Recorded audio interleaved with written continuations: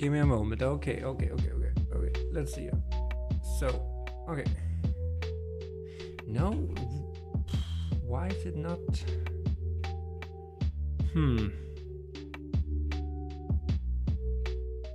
Okay. Nope. It's what the? It keeps. Now it's streaming the vertical one on both of them. This is not working. Do I need to put in manually? Oh. Jesus Christ. Okay, maybe we should just because now it's vertically, both of them are vertically. Yeah. Okay. No, it's this. What?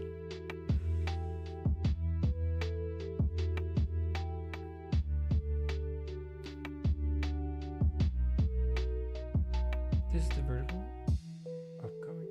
This one. So just talking a little to myself. If it okay, so okay. It is maybe working. At least I can see. Okay.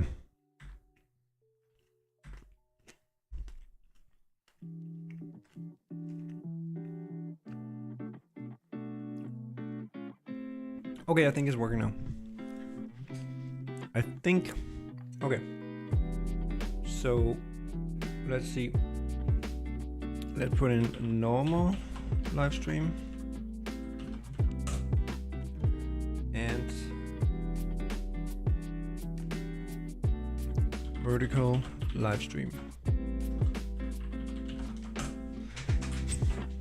Okay. This is advanced stuff. Maybe I should start Unity while we're sitting here.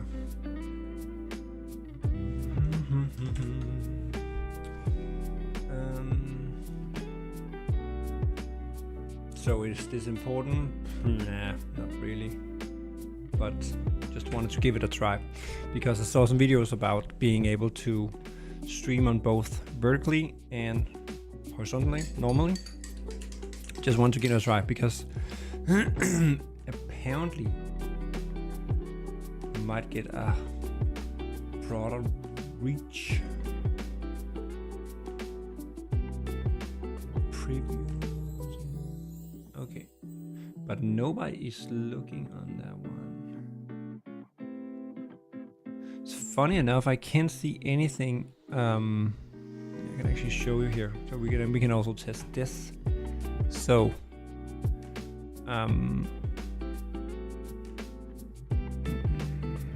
so you can see here on the vertical stream,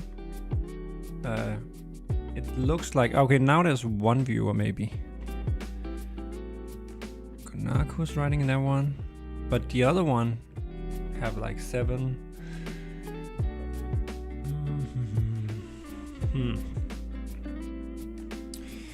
Interesting. But I just tried to make some. You can see if you're watching the vertical one, you should see me in the bottom now. I can also okay. That's maybe too Inception like. I don't know if you can. For me, it's really confusing watching this.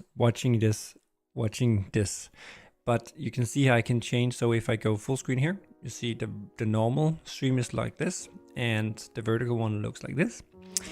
And then I can go like this one, which is mainly the screen. And as you also see in the vertical one over here, it's very small on your phones. So what I did was that I have something now. It becomes really weird because it's picture in picture, but so I do something like this so you can easier see it. I can zoom in and you can see the background is kind of a zoomed in version of that. I don't know if it's too confusing, but just wanted to give it a try, see if I can reach more people or whatever. Anyway, I'm gonna do some exciting stuff today. I'm gonna work on mortar and shells. I have actually started on it, but I'm planning on working on it natively. But more about that in just a moment. Just want to see. Then there's this view too, where I have mainly my face, which is not that important or interesting. And then this one, but this looks better because, you know, the screen up here fits better into this vertical layout. And in the normal one, it's down here in the corner.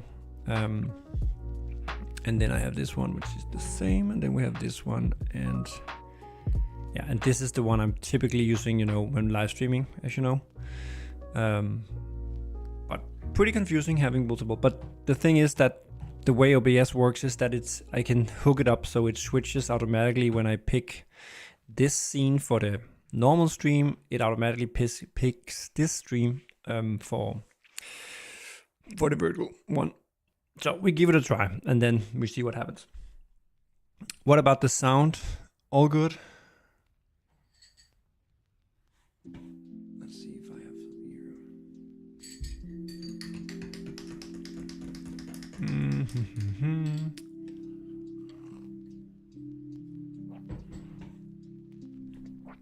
Disable that.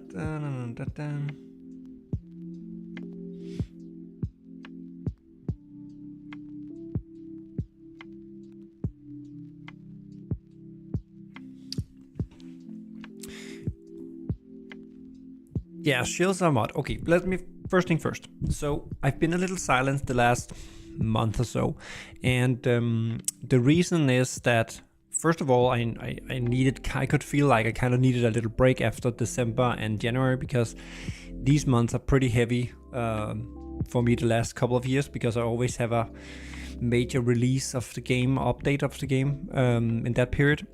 So I needed a little break. So I took that, but I was also forced to take it because I've been freaking sick 3 times, like in the last 2 months or something like that. So it's just like one flu taking over from another. Really, really annoying. And now I've just been on vacation.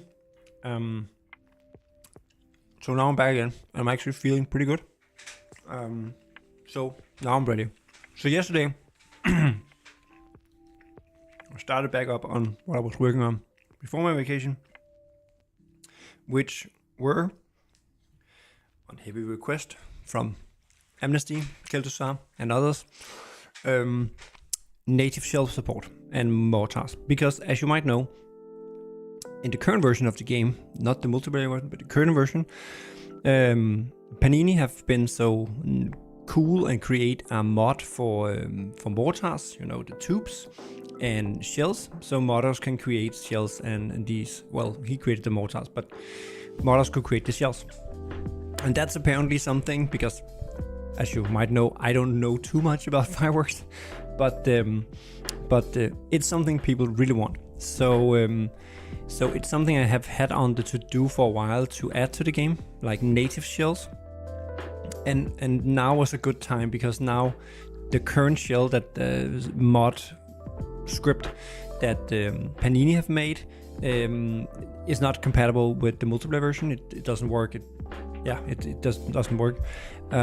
So therefore I'm looking into adding native shell and mortar support to the game, so that I first of all can create something natively in the game, but mainly so modders can create shells and mortars like they have done for Panini's. Then can maybe change it to this new version I'm making now, so we can have the same effects and stuff like that. But it's hooked up a little different, because Panini have been so nice to, and as you also will see in a moment, I'm currently using some of these models just to have some placeholder to work with. But I looked a little at his script, but then I put it away again, not to confuse myself, because there is some new concept and issues and challenges when doing multiplayer. So I think I need to think it a little different. So I put his script away, not to get, I don't know what the English word is for that, but get too focused on how that worked, and then try to make it work in the game. Therefore, I'm starting from scratch, which I've already started on. It's not working at all. And one of the problems, the main thing, I can actually thought a lot about it, and the main thing is, main logic, I can see I can do that. It's pretty easy. It's not easy, but it's fairly easy. The problem arises when we're doing the multiplayer thing. Due to how multiplayer stuff works, that you can't just disable things and parent things as you could before, as you can normally. So hello, Trust Pyro. We don't have the chat on the vertical one, but I cannot see either that anybody is watching on the vertical one. So just wanted to test. Yeah, and as you can see, I just saw a video about doing vertical and normal live streams on YouTube, so just wanted to give that a try. Hello, Trust Pyro. Hello, Sebastian. Hello, Gonako. Racing Man all around the world. Berto. Amnesty. Okay. So, Amnesty, are you still here?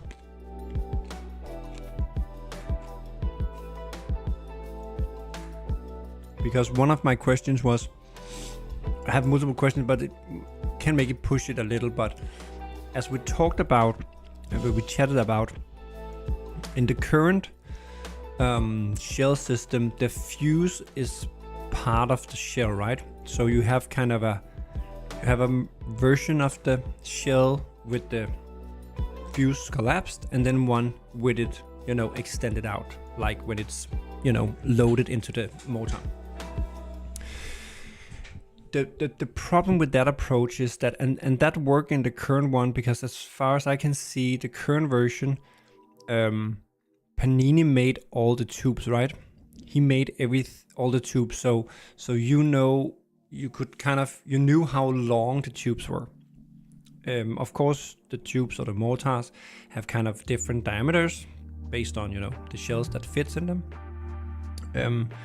But I guess I don't know much about fireworks, but the length of the tube can vary, I guess. And I would like to make it so that modders can both create mortars and shells. I would like to have that possibility. Hello, really? Hello, Matrix. Or maybe I should share that I'm live. I forgot about that. Let's do that. Hey everyone.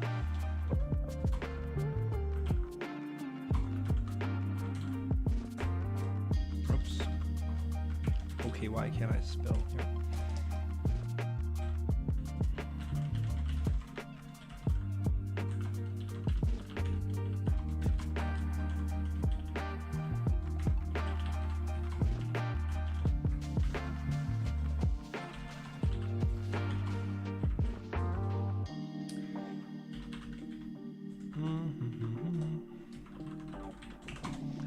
Let's see if this works.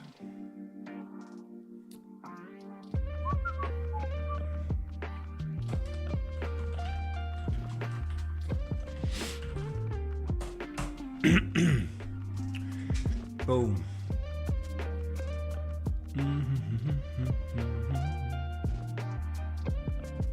So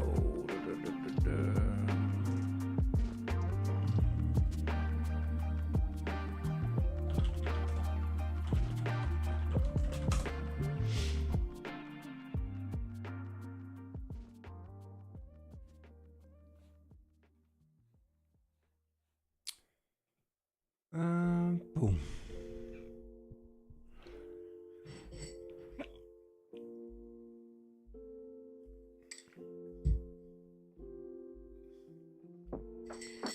Okay,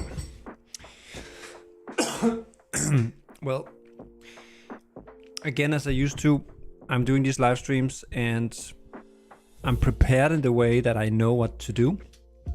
I just don't have the solution, how to fix it. That's what we're gonna find out here. So let me switch to this view here so we can see a little. Let's just have a look at how it works. Let me just, because I was playing around with some stuff yesterday. Let me see.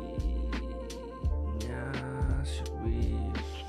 No, let me just. No, let me just do something here. Okay, so like that.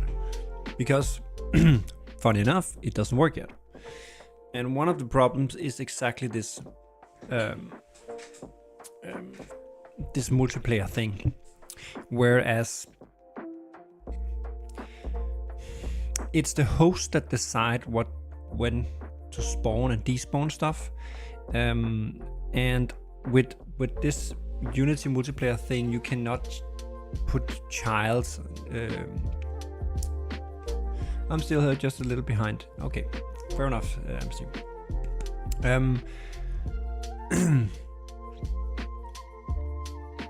Yeah, I don't know how much detail I should go into here, but as I could see and I could imagine, the old one worked. The old mod was that you have an object which is the tube, and then when you take the shell model, and when it hits some kind of trigger, it takes that shell and place it as a child under the mortar and place it in the bottom of it. So that's basically how it's put down in the mortar. That child-parent relationship, you can't really do that in this network code thing. So I have another idea where I think when I load a shell into a mortar, I actually need to despawn that shell, or at least hide it somehow. Yeet, yes, I'm Danish. And that just, yeah, gets some chances. Let's take a look at how it works right now. Again, it's hard for me to explain because this part is actually pretty complicated, and I don't have the solution myself either. Oh, I need to fix this too. Okay. So.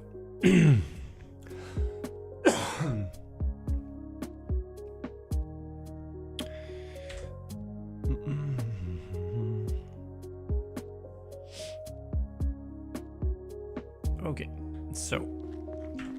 so I created just some dummy stupid images here. This is a mortar and this one is a shell, and the mortar looks like this. Again, it's just borrowed from Panini's mod, just so I have something, but of course I will create my own eventually. And then I have a little shell here. So, and as I remember, what people also do is that they ignite the shells on ground here. And if you do that in real life, they kind of do a little poof and they explode. They don't really, shoot long, because the way I expect it to work is because when you put a shell into a tube, then this little explosion thing in the bottom of the shell, when it explodes, it provides a pressure in that little chamber where the shell needs to fit the tube, so it locks off the air, I expect. So that little explosion and that pressure that is generated there blows up the shell in the air, and then it explodes after 1 second or whatever. But when it's not loaded into a mortar, it of course just have a little pull and then explode. That's something I can tweak. That part is actually pretty easy to do, but I haven't tested it in some time, but let's see if it works outside of a tube. Okay, it did. It might blow a little too far, but it did a little. I can change that. That's just a setting. So, but this is pretty easy because this one works basically like a lot of other fireworks. You spawn it, ignite it, and then it blows up. And you still recommend you despawn and spawn a new one in. There's no messing with the hierarchy. Exactly, Rob Lang. And I'm happy you're here actually, because what I'm actually also, just let me show you something here. So the way it's pretty standard, actually easy to figure out. So the way the mortar works is that, if I can find it here, whoops, let me do like this. So the mortar is basically just this little guy here, and then I have a trigger, funny enough, here in the top. And when that trigger, when a shell enters this trigger, it does something to load it. And if we look at the code as it is right now, and it's not really working. So this is the mortar behavior, and when trigger enter a collider, blah blah blah, we do some check if it's only the server, and if we don't have a shell loaded already, then we check if it's actually a shell. And if it's not null, blah blah blah blah, and if it's not already loaded and what we are putting into this trigger is a shell, then I do something, and this is the part that is not working. My idea was to despawn it with this trigger. I don't know if you've played along with that, Rob Lang, but this despawn false should not destroy it, and I haven't actually looked into it, but I would expect it to be somehow disabled on the client, and then afterwards on the server here. But that's what I'm testing out now, because it's not actually working. But let's see how it works right now. So you can also see over to the left here that I have my mortar and I have my shell here. So if I now in the game take the mortar, if I can, or the shell, maybe I, am I missing? Okay, maybe I have another problem where the shell doesn't actually despawn, but that's another thing. So we take this one and then we dump it here and it disappeared. And we can see down here, shell can be loaded, blah, blah, blah. So maybe I should take it in this one and we can do it like that. So we can see here, shell can be loaded, shell ins, blah, blah, blah, blah, blah. So that basically means that it now is loaded inside this. You can't see it because there's no, I don't have any model for showing it's inside. That's another issue. But now, because it's now loaded, I can also, if I do like this one is empty, this one is full. I don't think, yeah, you can see this one, I can't ignite it because it's not loaded, so there's really no fuse. You can't see the fuse over here yet, I think. Not that important, but I can ignite it now. And then something happened, but nothing happened. And let me show you a little more what happens here. So we do again, we clear it out, we put in the mortar here, and we put in the shell. And we can see over here we have a mortar, we have the shell. So now I take this shell here and I drop it in this one. Oops, oh, damn it, that's also something I need to fix. So now the shell here is, I haven't, first of all, I'm, by the way, Rob, I'm on version 1.7.0 of NGO. I haven't updated to 1.8 yet because there's some serializable issue, but that's a whole totally different thing. So I'm 1.7 right now. Anyway, so we can see over here that the shell is now disabled. Again, I'm only the host right now, so I just want to make it work here first, and then I test it on clients too. Because this is not working and I couldn't figure out yesterday why. So this is disabled now. And that makes sense because we just put it in here. We set the loaded shell. We set up some event for the fuse. This is also a problem due to some other stuff. And then I find this blah, blah, blah, blah. No, that's not when it's done. Sorry, it hooks up a fuse completed when, so this happens when the fuse is completed. But once it's loaded, I despawn it and disable it. So that's all good.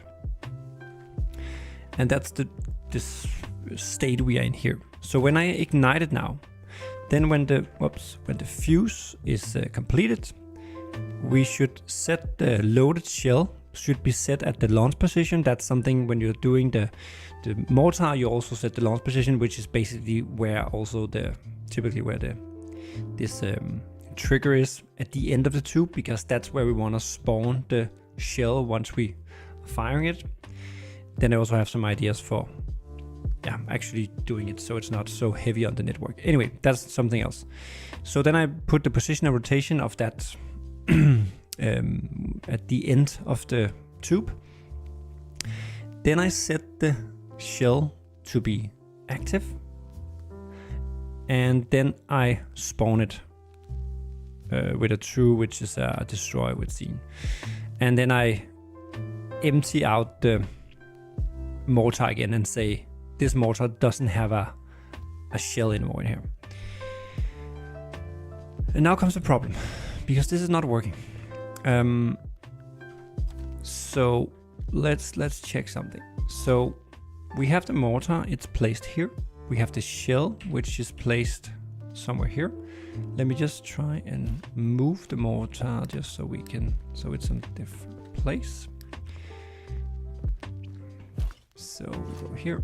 So the mortar here is here and the shell is somewhere here. So it's still where it was before, which is fine. So now when I ignite it, this shell should change its position and it should be enabled. But that's not happening. Oh, I can't even ignite it. Didn't I just put it in here?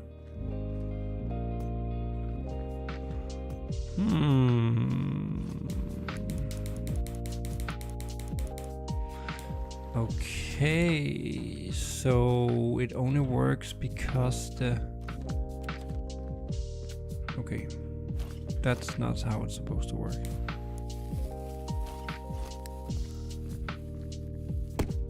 Okay, okay.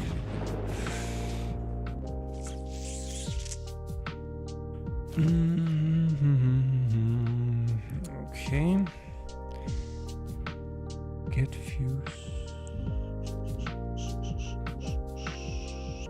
Ignitable.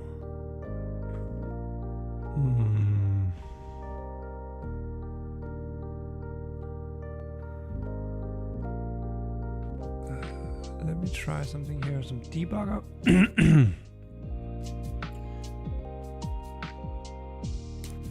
I just want to see why it didn't work when I moved it. When I moved the mortar, I couldn't ignite it, which is weird. So we get in here. The shell is not null. So that means that it is enabled.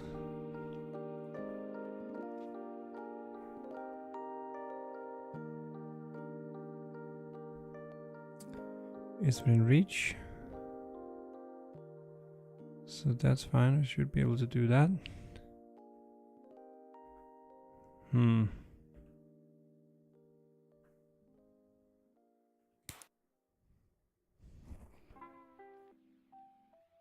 Ignite.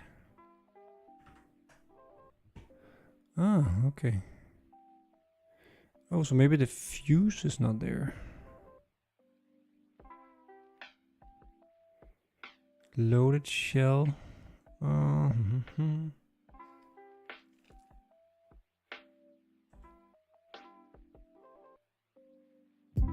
It's also there.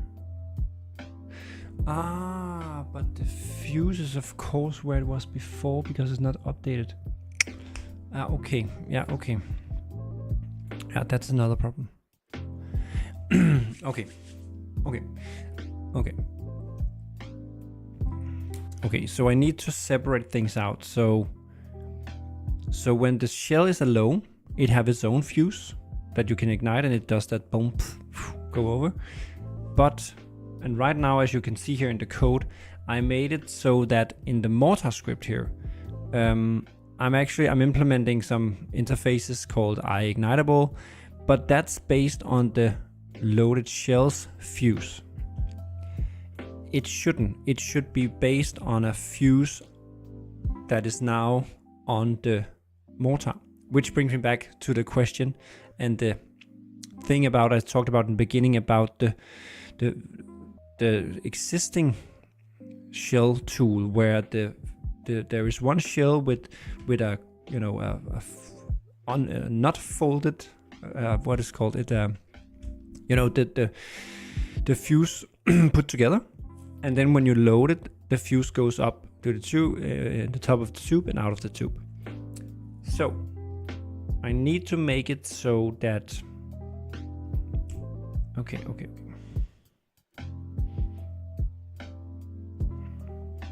So I need to make it so the shell have its own fuse that it can use outside of the tube, and then once it's loaded, that fuse is no longer the one that is used. Now we spawn another one that goes out of the tube, and then it's the tube's fuse, even though it is actually the shells, but it's the fuse that is attached to the tube. Okay, don't know if this makes sense at all. Anyway, eventually you will be able to fire off shells once I get this working. No, despawn false is not new, but instantiate and spawn Guanaco, but that I'm pretty sure that just does the 2 steps of instantiating and then spawning it. So that's not the problem here.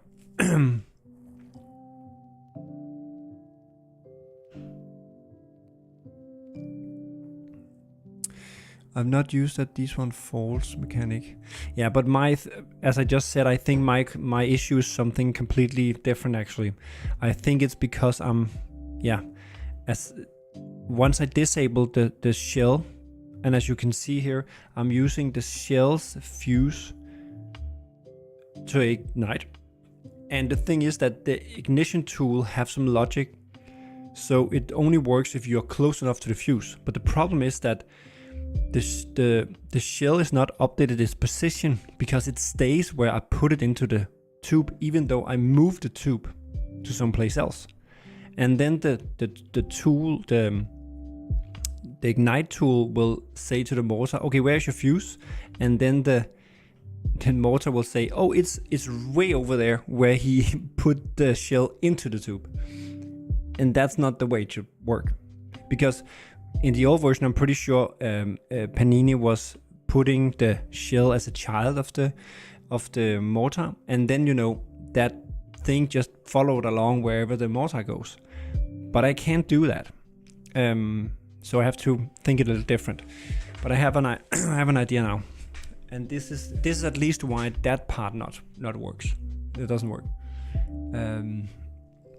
Okay. So it needs to have its own fuse somehow. We can work with that. And right now I'm just gonna use a default fuse. I will try that in a moment. But my idea was that I would, on a mortar, I would do some kind of edge point, where the fuse goes. So when you do the shell, when you model the shell with the fuse collapsed. And then you model a separate fuse, but only the part that goes over the edge, basically, because then the length of the tube doesn't really matter. Yes, of course, if people go over and look down the tube, the fuse might not go all the way to the bottom, but seen from the outside, it will work, and then we can have various lengths and different types of mortars, and then still have it working. I don't know if that makes sense, Amnesty. That was what I was thinking of doing. Despawn fold makes sense for object pools. You don't want to keep destroying and then read. Yeah, except right now, Rob Lang, I'm actually not doing pulls for anything network related right now. I know I need to have to, but the way my game works, it doesn't make. I don't think, at least, it makes sense to have object pools, at least for all the stuff in the inventory. I have to do it some kind of dynamically, and you know, normally when you have object pools, you kind of instantiate these in the game start, so you have like 20 or 10 or 50 of the stuff you need. The problem is my inventory can be like with 800 or 500 or 1000 items, and I don't want to, you know, pre-spawn 20 of each of them without knowing, because people might need spend or use 5 of these. So I think, I haven't tested it, but I think that will be waste of memory to do that. But what I can do, and what I think I will do, is, for instance, in this case, as you were pointing out, once this shell is put into the tube, it is already spawned. And then I will put it back in a pool so that when it needs to fire off, I don't have to instantiate it again. I can just find it, place it the right place, and then shoot it off. But that's more kind of an optimization thing. At the first go here, I think I will just, you know, despawn and spawn it to just make the basic logic work, and then I optimize it afterwards. The way I solve a similar issue in Clumber is to tell a child, this is your soft parent, just follow that. Yeah. And then I'll update the child. Transform. Yeah. Yeah, that's how I pick up stuff in the game right now, for instance. That's kind of a soft parent, just saying, you're holding this object, make sure this object have this exact same position as the hand, and then it just do that. However, for this one, I'm not gonna do that because it's a lot of extra data sent over the network, you know, for something you can't even see. So moving a tube with a shell in would be updating 2 network objects instead of 1. And if you have seen videos of Fireworks Mania, people tend to spawn a lot. Of course, it's a little more it's more limited, a lot more limited actually, when you're playing multiplayer.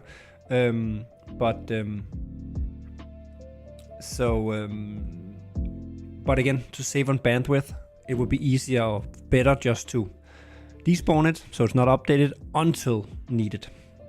But anyway, too many details for something that doesn't work at all. Fearless Studios, why can't it be a child of it though? That's the way the NGO from Unity works. You can have network objects being child of other network objects. That's just, yeah, ask Rob about it, he knows.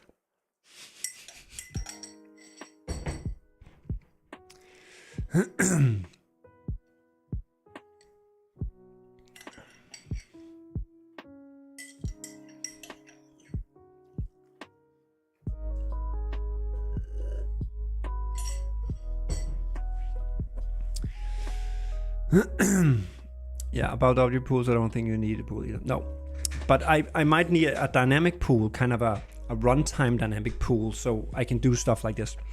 And I also, the same kind of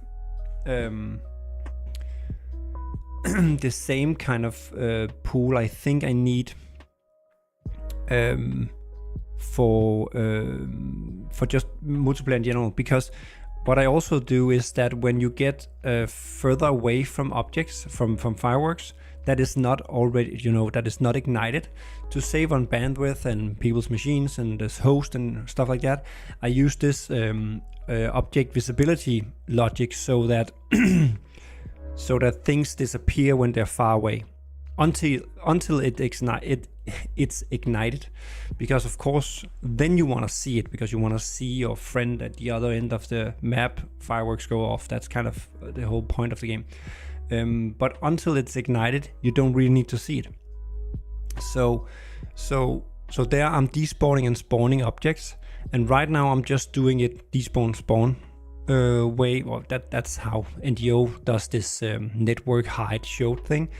But I think it would make sense at some point to hook into that and then have a pool there, so that when I despawn something, because people are moving away, I'm just, you know, hiding it or disabling it, and then when they get back and they need to have this entity spawn again, it's just enabled again and not really spawned. But that's another optimization that will come down the road.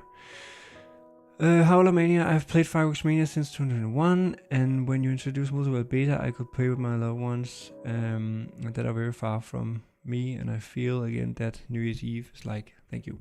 Perfect, Alma, Dero, nice to hear that you are enjoying the multiplayer. That's why I'm making it. And it does add a lot of fun.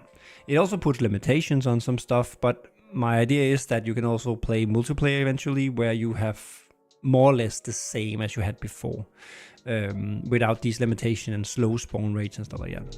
I hope to be able to do that.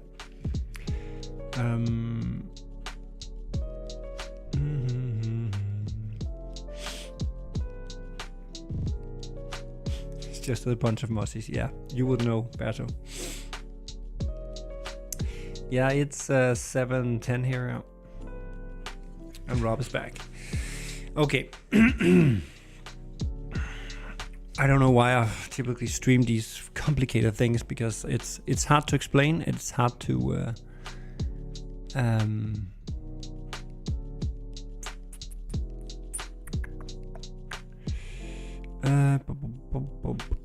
okay.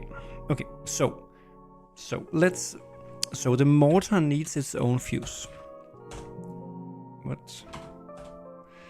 So let's try that one. I think we have something like that. Fuse, yeah. And of course I need some logic for testing these for null stuff like that. Don't worry, I will do it. So the mortar needs a fuse. And yeah, let's just go in and assign that, just so we have that going. So we are cheating here again. Again, all game dev is about cheating. So the mortar itself will need to have a fuse, and we can just, let's say,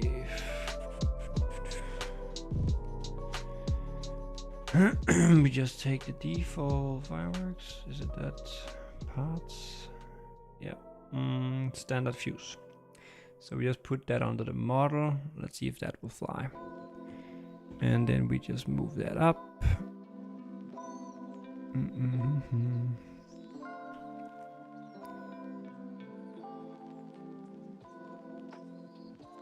So let's see here.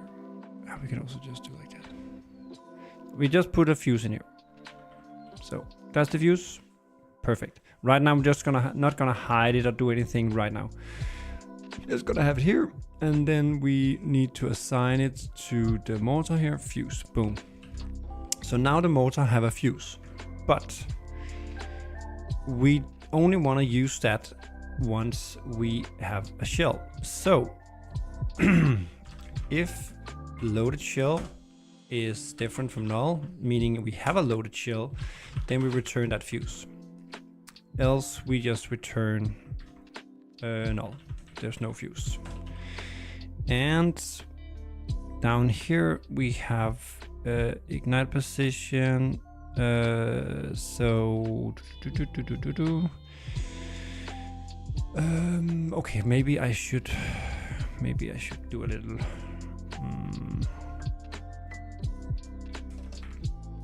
I don't know if I need this, but let me do. I like having this. Is shell loaded, or is shell loaded? Yeah. So let's do like this, and then the loaded shell. Whoop. So if a loaded shell is different from null, it actually have a loaded shell, because then we can say, okay, if it's like this, then we Then we can say, okay, fuse, ignite position, else, no, if I can do that. Oops. And we can say if enabled, ignitable, so that this one can say, so it's enabled if shell is loaded, and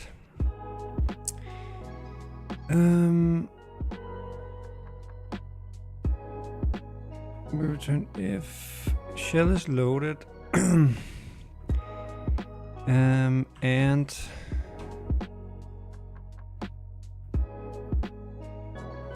can we do like this maybe? So if shell is loaded and can we do that?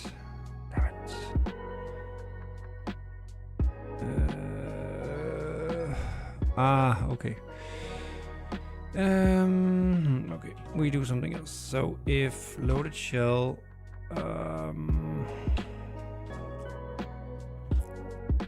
no, if loaded shell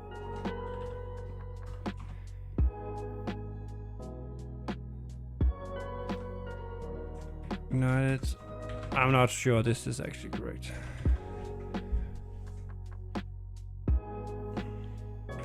Not the best code, but let's see. So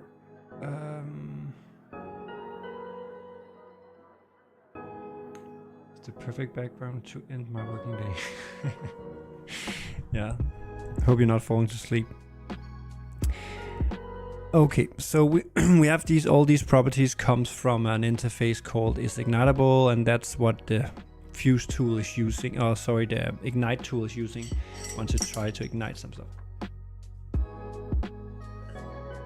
Anyway, okay, so and this is just a wrapper about that to make the code easier to read, blah blah blah blah. So we don't want to do this either. We might just wanna, let's see, let's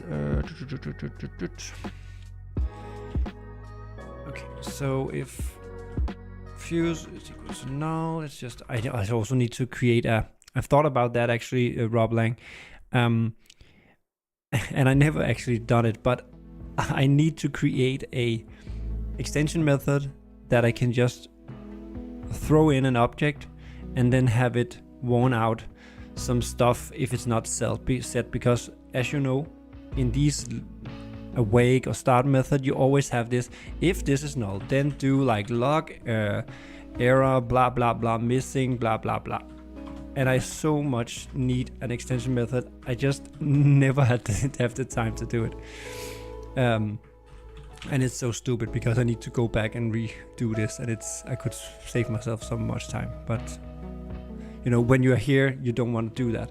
It's so annoying. Missing, because also if you're doing this right, so if I'm doing this right, I will say okay, missing, and then I would say okay, what is it that I'm missing? I'm missing a name of, and then I could say I'm basically missing a fuse, and we also need to send in this so we know what object it is. You could say, so I'm missing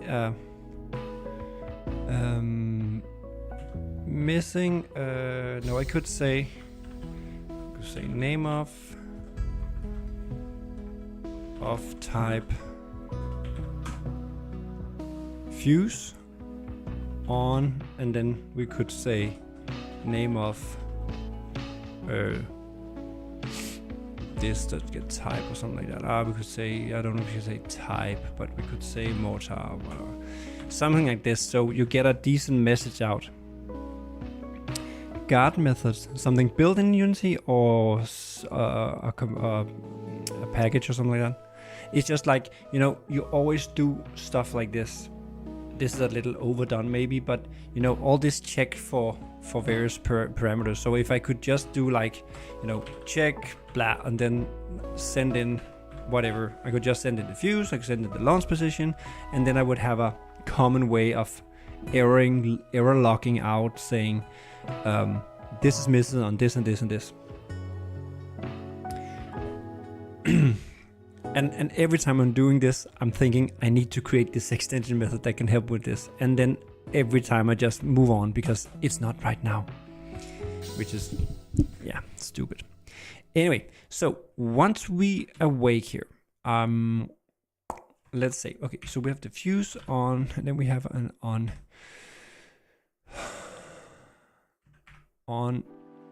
fuse completed.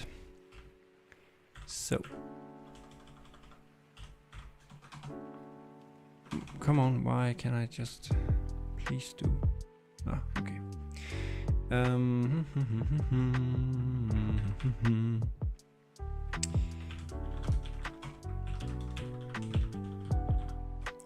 Let's say on mortar fuse complete. Ah, okay, on fuse complete, that's fine.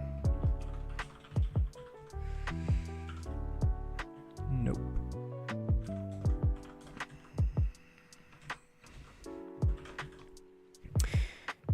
So here, once the fuse is completed, and we could say if loaded, if shell's loaded, but it should be, because else it shouldn't even be able to ignite the fuse in the first place. So once the fuse is completed, then I do stuff. Then I do this.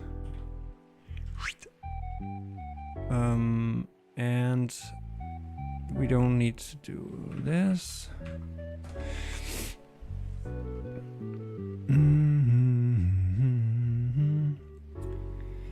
Why am I saying other object? That's so wrong. It should be shell, loaded shell, loaded shell, loaded shell. Why is it saying other? That's so I load the shell, get this one, blah blah blah blah blah blah blah blah. Okay. I don't know, but let's see. Riz is asking, how long have you been programming? I have been programming professionally since 2006. So I have a degree in computer science from 2004, 2006. And then after that, I got my first job in 2006. So I've been paid to program from 8 to 4 every day since 2006 in C#, as I'm also programming in here. And then in my spare time, I've almost all the time created various mini games, where this is actually my first Steam game and my first 3D game, basically. So let's see if this works. So now we shouldn't be able to ignite that fuse on the mortar until we load something in it. And we should also be able to move the mortar and then still ignite it. Let's see if the shell comes out in the end, but yeah. So yeah, since 2006, so that's like 18 years or something like that.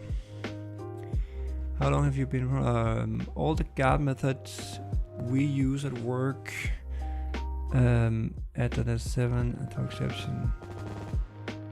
Yeah, but I actually, well, it's fine with .NET 7, Rob, but I'm actually I'm more after a Unity specific one, because you need to that log method, you need to pass in a reference to that game object so that you can click it and then have it selected in the hierarchy and stuff like that. So it's actually something Unity specific I'm after.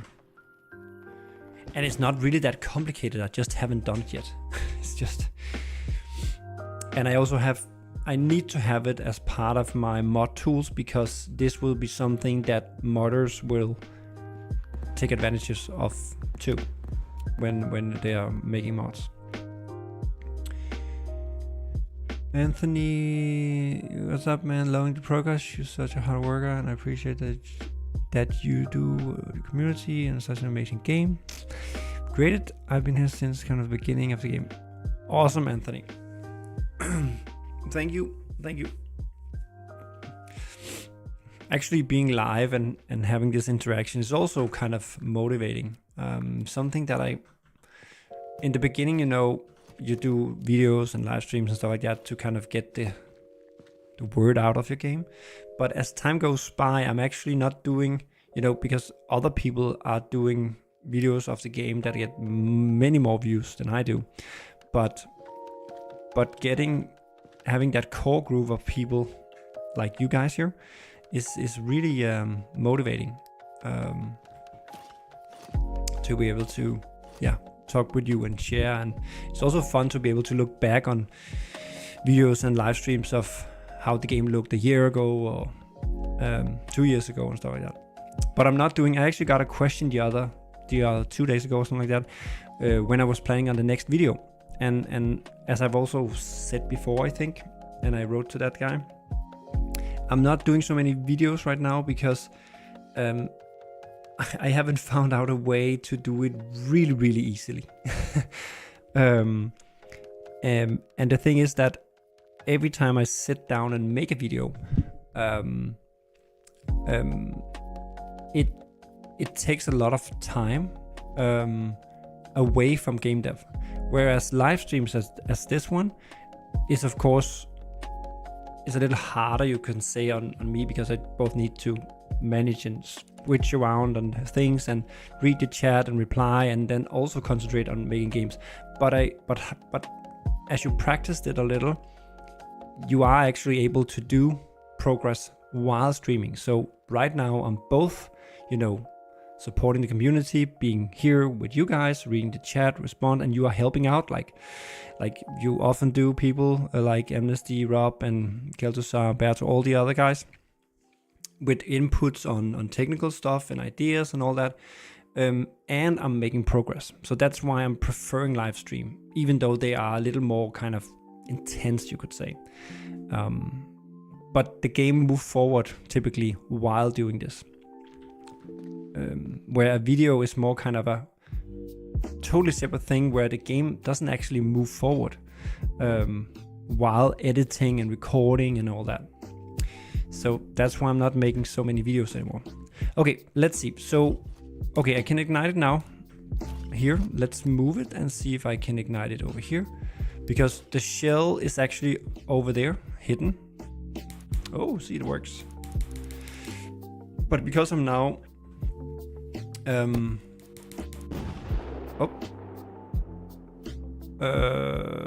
okay, let's see if this one didn't work either before. Oh, could I reload it? No, I couldn't. That's also something weird. Why can't I reload it? Ah, that's because it's not actually... That's another bug.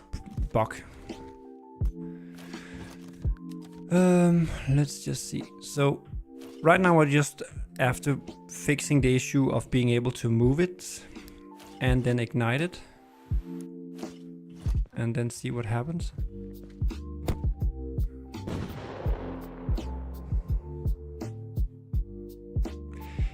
There's something wrong with that, but the move thing actually worked. Let me try something again here. Can I just scoop it up? Yep, it was scooped up there. So let me see here. If I open up this one, so we have the mortar here enabled and the shell is disabled. And now I can also see that it actually now I can also connect fuse maybe? Yes. Okay, cool. But let's move it here. So let's pay attention here. This one should be enabled because, as we saw in the code, once the fuse is completed, the fuse of the mortar.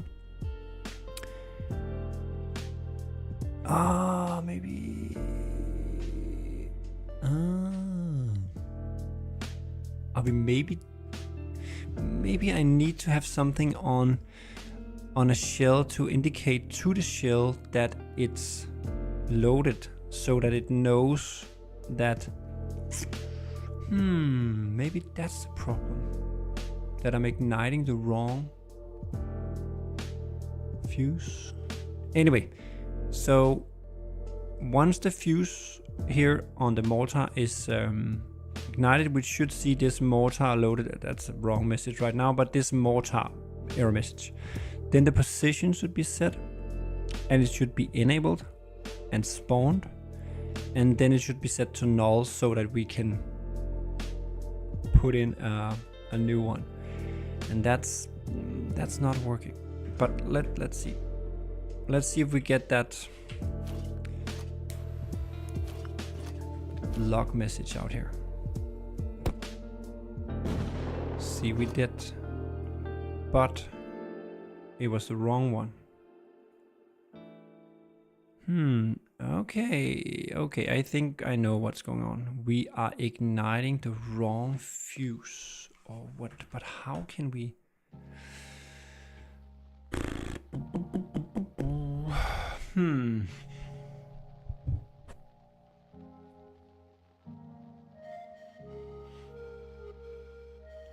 Yeah, Berto, but you have to remember I'm also 40 years old, so maybe that's why.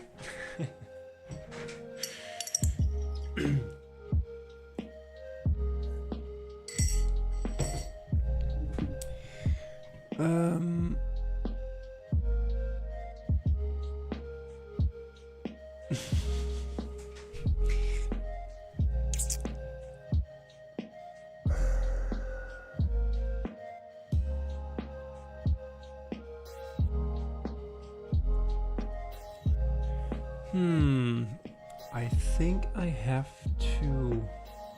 Let's try. Let me see here. So, because you can, I don't know if you see. So this message is saying shell launch internal async, and that's this method, which was called on the shell.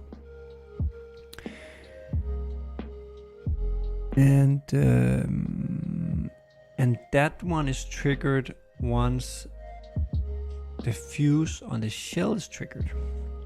So I'm igniting the wrong fuse somehow. This is why. Okay, yeah, it's because this ignitable have two methods too. We looked at the properties before, but it also have two methods. And I forgot to implement them correctly. Because as you can see here, the ignite and the ignite instant is calling the loaded shell. So what we should do here is we should first of all stop this. And then we should say if is shell loaded. Again, which is this little wrapper. Yeah, we can also just this little wrapper property just to help myself out. And then I think we have an ignite, don't we? Yes, and then we can do like that. And then we can do the same here. So we are basically just passing on that ignite instant thing to the fuse. Because the fuse is actually also an ignitable. It implements the ignitable interface.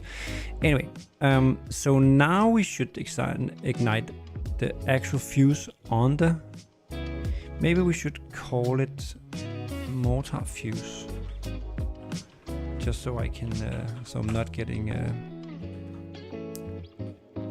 confused. Mortar fuse completed. And because I renamed it, because Unity is awesome, I have to go in and put the reference again. Unless I put in, we can also do that. Previously, is it previous known? I can't remember. We just drag it in again, no problem. Lau is a young man. I first wrote code in 1986. I wrote code before, but I couldn't program really anything before I started on my programmer education. But I did code back in the 90s on like basic and stuff like. But I could only do the 10 print my name and 20 go to 10 run. That was it. So I couldn't really program anything. But 1986, I was 3 years old. I didn't program back then. Presence in PhD before that. That's because you're such a wise man, Rob Lang, with such a long education. I'm just a poor one with a short education. Shorter, at least. I'm gonna sit over here all the way. Well, if I remember, we have the same kind of hair, but you have more beard than I have. That's because you're older. But how Rob, how is it? Is it you're 45, 46 or something like that? So now we put in this.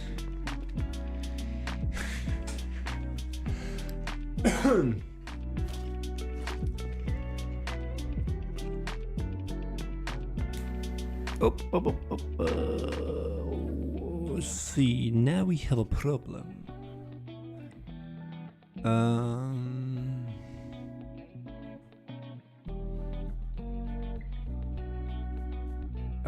Did I forget something?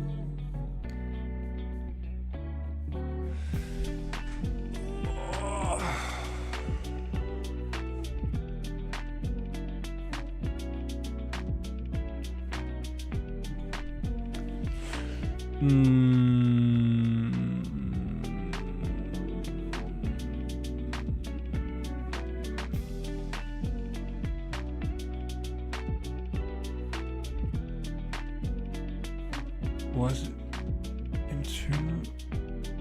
Okay, we have to check that.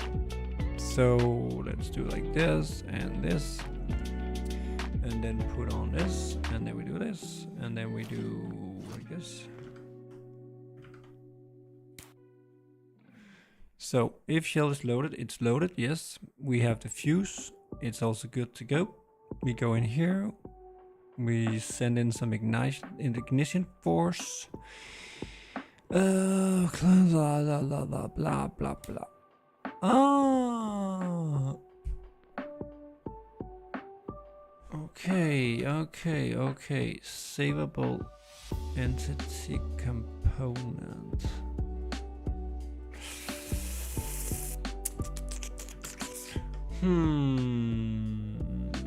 Yeah, okay. But maybe that's...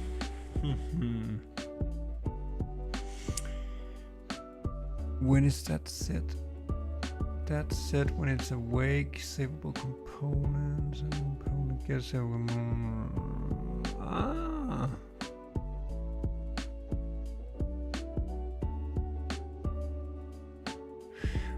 Okay.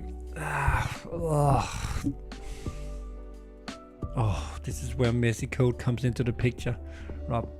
Oh, I said 47. Feel like 90. Well, I've been sick 3 times in 2 months, and in these 3 times sick, I also feel like 90.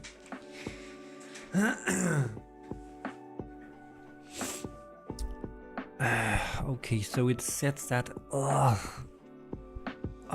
This is where, you know, code gets too spaghetti and into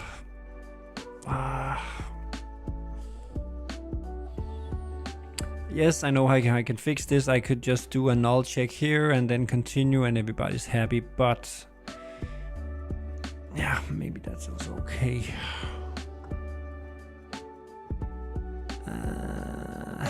Yeah, okay.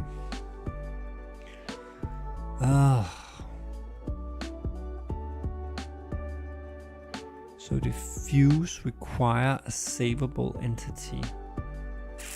And this is all related to the blueprint logic because it needs to know what entity it is part of and blah blah blah blah. I can't remember why we have that. Oh no. Oh, that's, yeah, okay. That's because when we are saving the fuse connection, of course, we need to know what type of entity it is that it's saving, so it knows what it needs to spawn. What? Yeah. It's the entities. It's the instance ID. Yes. Okay.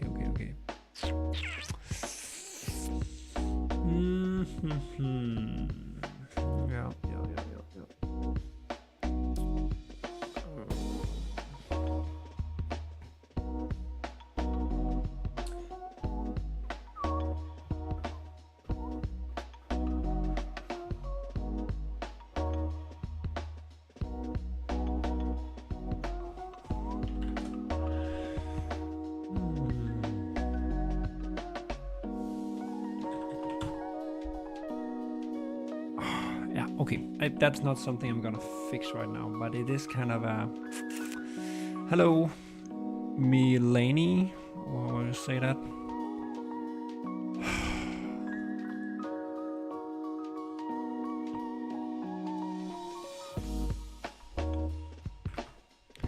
So the base fireworks.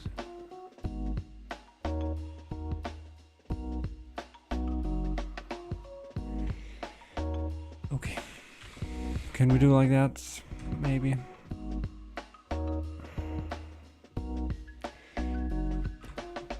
It's a bad workaround, but I don't really like that. This should not be part of this. It should be extracted out. Huh. Yeah, just some internal developer stuff going on in my head here, because this is not. It's not very clean. It's very it's messy. Anyway, that's not the challenge right now. Let's try and keep focused, because the problem, and that's also why things can take a long time, because you really need to be focused on what you're trying to fix. And sometimes it's okay to, you know, divert and go into another direction to fix something that is, you know, the prerequisite for something you are actually going to fix. But you also have to be very careful, because you can very easily get derailed and go in totally wrong direction for a long time. Or not the wrong direction, but at least in a direction that doesn't make you fix whatever you need to fix. Okay, we try again here. So let's go full screen so we can better see. Whoops. That's over here. Whoops. So it's now loaded. We can move it over here and we can ignite it. And then let's see. Yeah, still nothing happens, but that's kind of expected. So here we got the we got the mortar loaded. That's the wrong message, but this mortar loaded shell fuse blah blah blah completed. That's this one. So we got this fixed. Oh, we got into here. So things happened as expected, except there's no boom, no bang, there was no explosion, there was no anything. And the shell, and that's the weird part, the shell is still here. Hello, T-O. Ooh.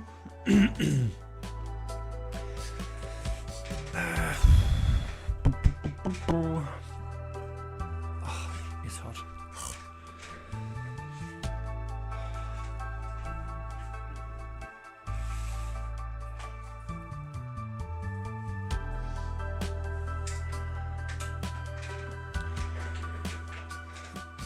So why is this shell not enabled?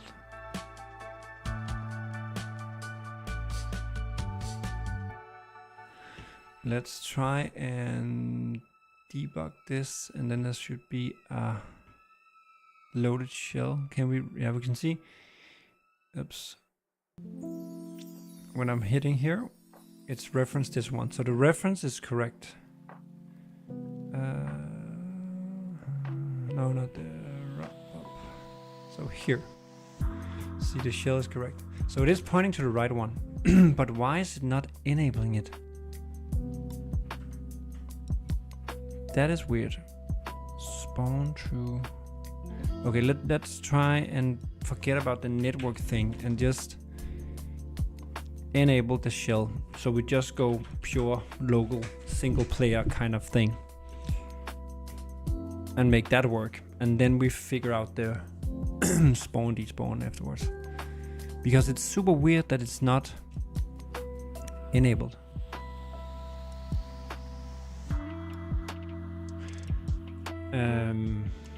And now I also know why it's not exploding or anything. That's because we are not actually triggering that, but I'll fix that in a moment. I know why that's not working. Okay, so here we go.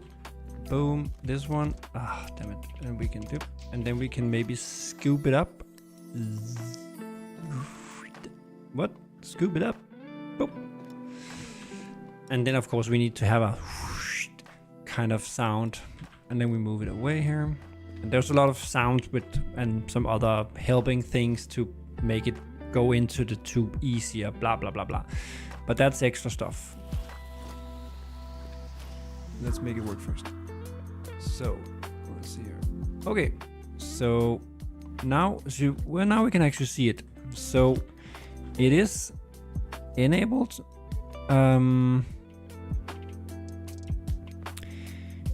So it is enabled right where it should be at the end of the tube. So that is good. So that loading thing, that spawning thing is the one making it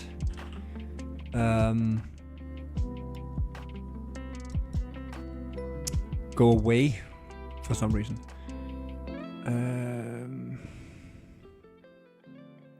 So why is that? So let's go to the shell, and I think maybe it's due to some of this on network thing. I think it's because this launch internal goes into here, and then this one is triggered, and then right away, hang time in milliseconds. Model, but that's the model.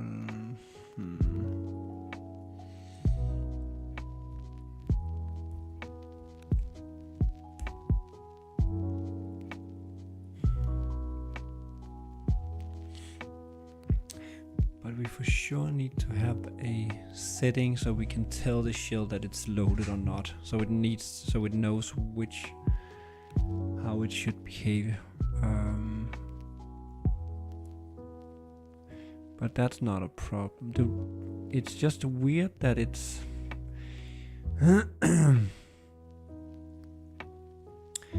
okay, now I'm trying to let's try and comment out this one. So this is the actual logic of adding force to the shell, making it fly, blah blah blah blah. Let's try and remove all that and only have a log message.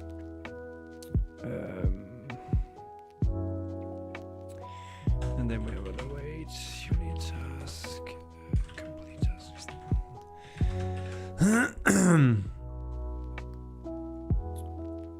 And then let's see, because now it should be spawned.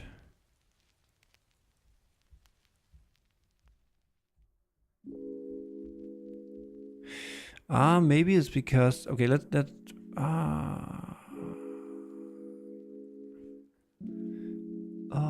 this is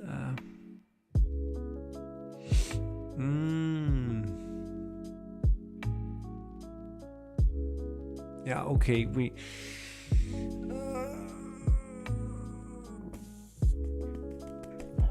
okay, there's some, we need to check for server stuff and all that.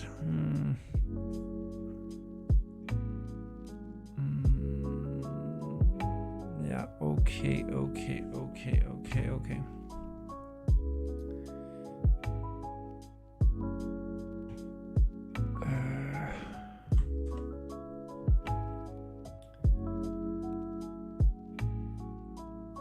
Yeah, okay, there's some network stuff I need to fix here. But anyway, I need to call the spawn.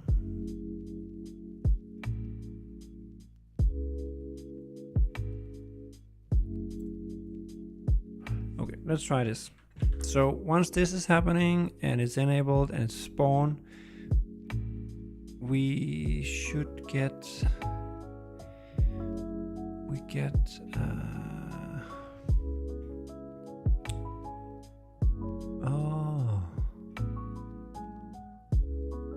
I don't think we get anything really. Let's see. And this is where the multiplayer thing comes in, because it gets super confusing.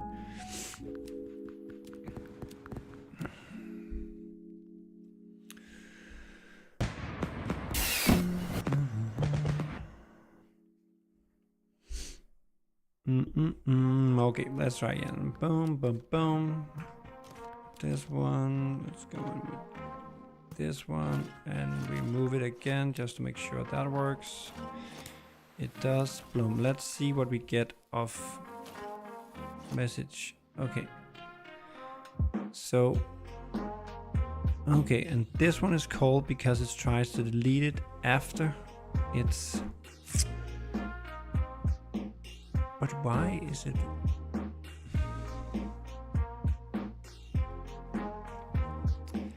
I don't get why.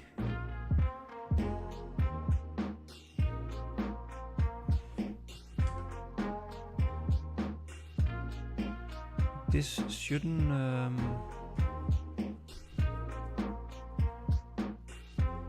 That's weird. Destroy. No.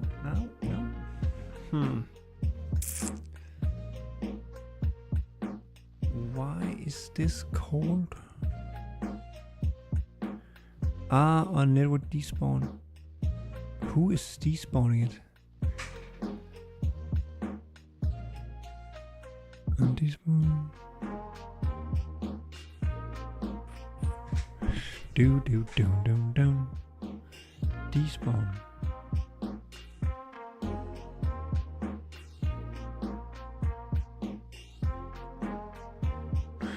Okay, wait. Okay, wait a second. Do we still have that problem? Yeah, we still have that problem. Okay. So let's see. Now we have a clean log file or clean log here in the bottom. Okay, so this one comes. Okay, so this method comes from it being put into the shell, which is despawning it. Then it triggers this one. That's fine. Load into shell. That's also fine. And then we ignite it here, and then we see. Okay. So this one is called, and then we. But that's why is it?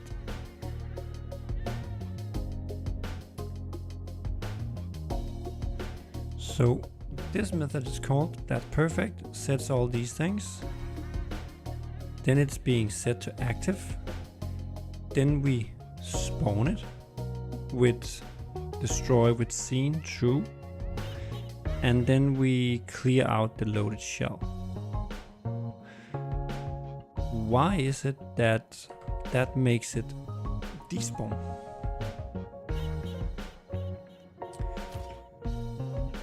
That is weird. Let me see something here.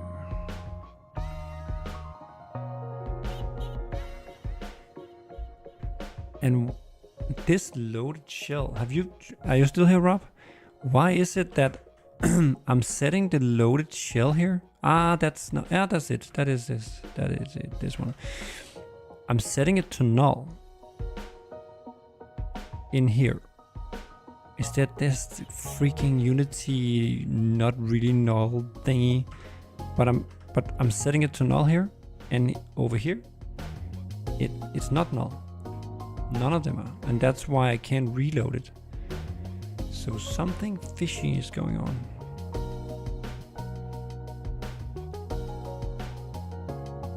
It's like this code is not executed completely. Okay, let's try with some debugging. So let's try again here.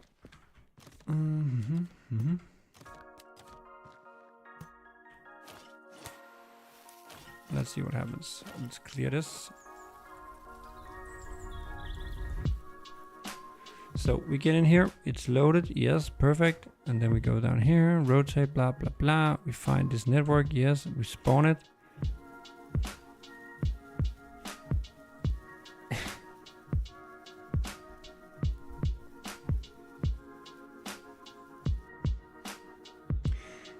Yeah, Panini, I don't know if you heard it in the beginning, but I looked a little into Panini's script, and then I stopped doing it because I need to do some things different because I can't parent child objects like he was doing, and so I have to despawn and spawn stuff and at different times, and have to save some information to be able to do that. But of course, yeah, it at the end of the day it should work fairly much the same. But as I mentioned earlier, I don't know if you were here when I mentioned it, but I'm planning on, I think I will do the fuse part a bit different. So that when you do a shell with the collapsed fuse, and then I think it's not ironed out yet, but I think you then also have to do kind of a loaded fuse. So I can, once you put a shell in, I can take the loaded fuse model that you created and then spawn that at a specific point on the mortar, at a point that the creator of the mortar had placed at kind of the edge of the tube. So modders can also create mortars and not only the shells, because right now, as I remember, Panini did all the mortars, right? It's not able to do that as a modder, only the shells, and I would like that to be possible too. Anyway, why is it this one is pretty much set to null here? Why the freaking... Yeah, okay, that's another problem. Okay, now we had another problem, because it was timing out. Why is this not being set to null?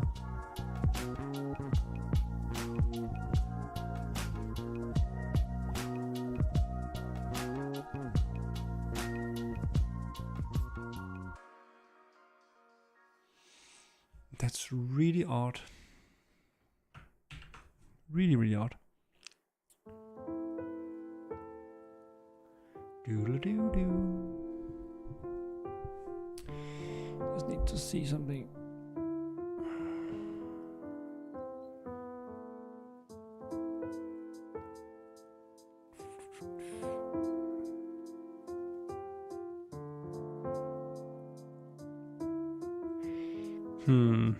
That vertical stream I'm doing is not actually showing up correctly, I think. That's weird. It's not really working.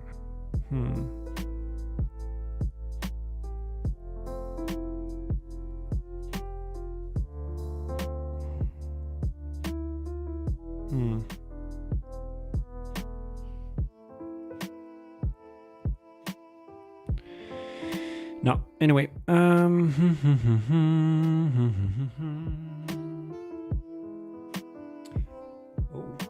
okay, I never pushed live. Jesus Christ.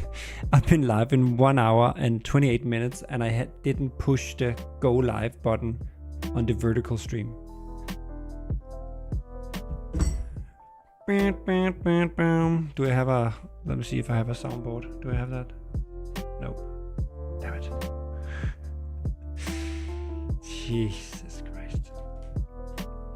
That was stupid. That was really stupid. Anyway, maybe it shows something now. Now I can see it here.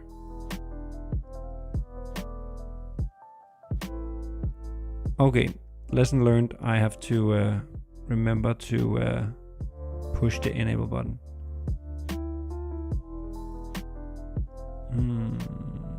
Okay. That work? Yes, yes. Okay. Okay. That was maybe it's better if you also go live on your on your vertical live stream. Anyway. Okay, that makes sense. I've been away in and out since beginning. Yeah, okay, fair enough. Probably missed some of it. That's okay, MSD, no problem. So, Rob, do you have an explanation to this? I'm setting this. I have this loaded shell here, which is just a reference to a shell behavior. You know, you can see here. I'm just once the fuse of the mortar is completed, I check if there's a shell, then I do some stuff to place it correctly. That also works. I also enable it. That also works. Then when I spawn it, something happened that's a little weird. But then I set this to null. But this is never set to null. Ah, I know why. I know why. I know why. I'm setting this to null. But I'm also placing the shell object at the exact location of this trigger area. So I'm pretty sure that I'm placing it here and then making it null, which triggers this logic down here, which sets it back to being null. That's why. And then it's despawned. That's freaking why it doesn't work. That is the problem. Jesus Christ. Okay, let me try something. So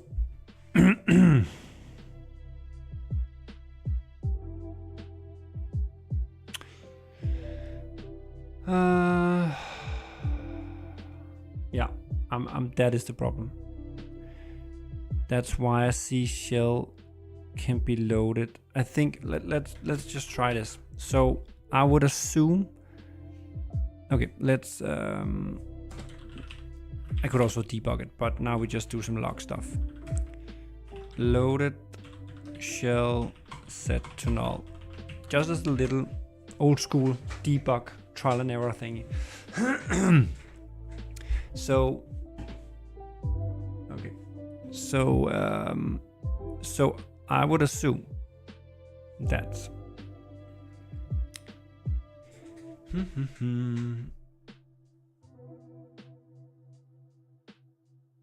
a lot of debug logs. Yeah, exactly. Yeah, and the problem with, and the reason I'm sparely using the debug thing, which is the debug thing is of course super useful. The problem with network stuff is that you can only, sometimes you can only do it for a certain amount of time, because then network stuff becomes odd, like you saw before, because it's losing connection to stuff and then everything just breaks. So that's why right now I'm just using these the debug logs. I'm also debugging, but the debugging with multiplayer is a weird thing. So I'm guessing now I'm putting it in to the mortar. Then we get this log saying shell can be loaded, which is not, it should have said shell is loaded, really bad comments, but so let's see here. Let's clear this. Then I'm pretty sure that when I put it in here, yeah, so we get a shell can be loaded, blah blah blah blah. That's this message, because it triggered and was put into the tube. Now I will ignite it, and then I will expect to see this mortar, which is also weird. I should write something else, but I would expect to see this, and I would expect to see this one right after. But I would also expect to see this one again, because as I'm placing the loaded tube here, or the loaded shell at the launch position, which is the exact same location as the trigger, which triggered this one, will load it back into the tube, if that makes sense. So let's see, let's clear it out and let's ignite it, and let's see. So we see this one, that's the, actually the fuse was completed, so it's actually igniting. Then I was setting, then the loaded shell set to null, that's this one. But then the shell can be loaded, which is this one down here.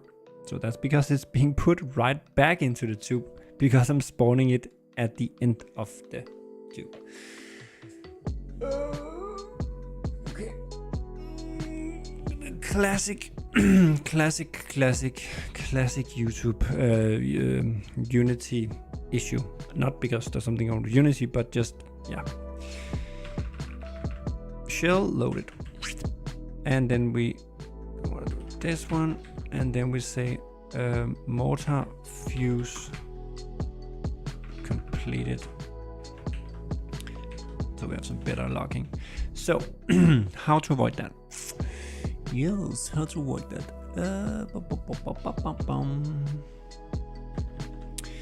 We could, of course, for the fun of it, I could just move the launch position further up, and then we could see if that works. But I'm pretty sure that will work.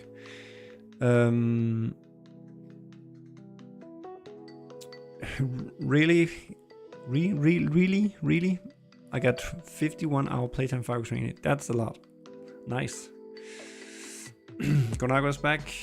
Unity being Unity. Yeah, but it's not really a Unity. It's not really a Unity thing. It's just like, you know, events and triggers trigger other events and triggers, which trigger unexpected triggers. So it's just it's not really a Unity. What should they do? You know, I created the logic for this. So obviously when I put it back into that, it will trigger. You know, Unity shouldn't prevent that. It's just me being not brainy. Oh, looks like there's one viewer now on the vertical one. Oh. Anyway. So it helped put the vertical one to public. Jesus Christ. Okay.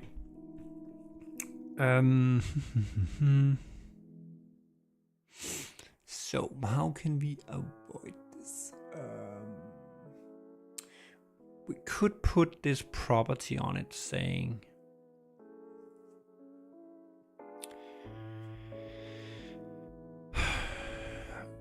the easy one could be that we have a property on a shell behavior that just say, you know, if the shell is being loaded or not. And then we could just set that to true when we put it into the tube, and then never set it back to false. Because then on trigger enter, I could check for this one. But it's also... Yeah, see you, Rob. I'm also not quitting in not the too far future, but I just want to play around with this a little. Yeah, great you could join, and happy I could help you off work. I'm only playing the non-multiplayer version. Okay, really? Why? I'm interested. Why not playing the multiplayer version? Not that you have to, but just interested in knowing why you're not playing the multiplayer version. Multiplayer is not for everybody, I guess.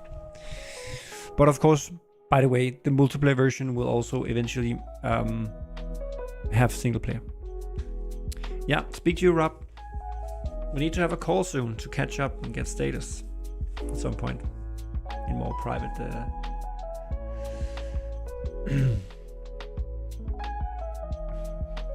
Okay, it seems like running 2 streams is a little hard for my machine. At least it seems like it's lagging on the vertical one. Is it just me? Maybe it's too much.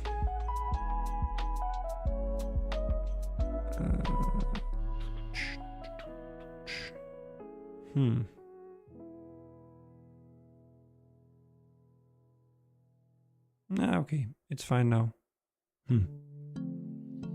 It was just on my machine, it looked weird.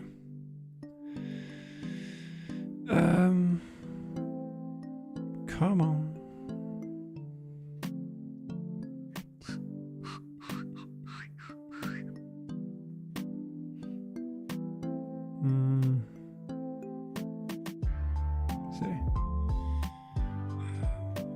Okay, it is working. Anyway, so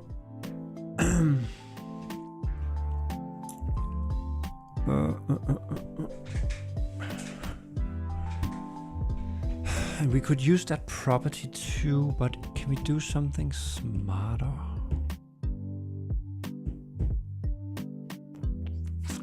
Now, let's just try this. I don't have a better solution right now, but this is not ideal. So let's do a property on the shell behavior.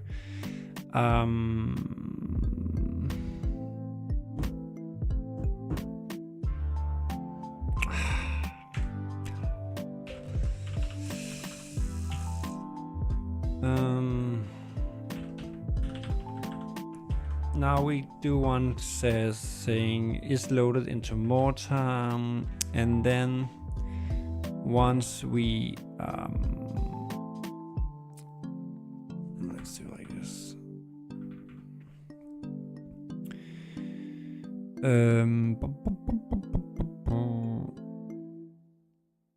So when it's actually loaded in here, we say, okay, loaded shell is loaded into mortar, true, bam.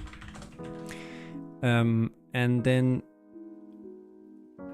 if this is different from null and is loaded into mortar equals false and blah, blah, blah, blah, blah. Okay, so now a shell that have been loaded into a mortar once, because there's no logic to get it out of a mortar. So once you put it into a mortar or into a tube, it's there until you ignite it and it goes out. And when it goes out, it can still have that setting that it's being loaded, because it's only going out and then exploding and then it's gone. So I guess this should prevent it from, you know, reinserting itself into the tube once it's fired off.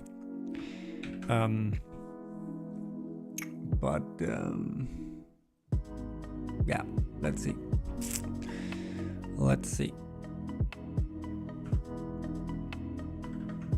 Maybe this is actually the...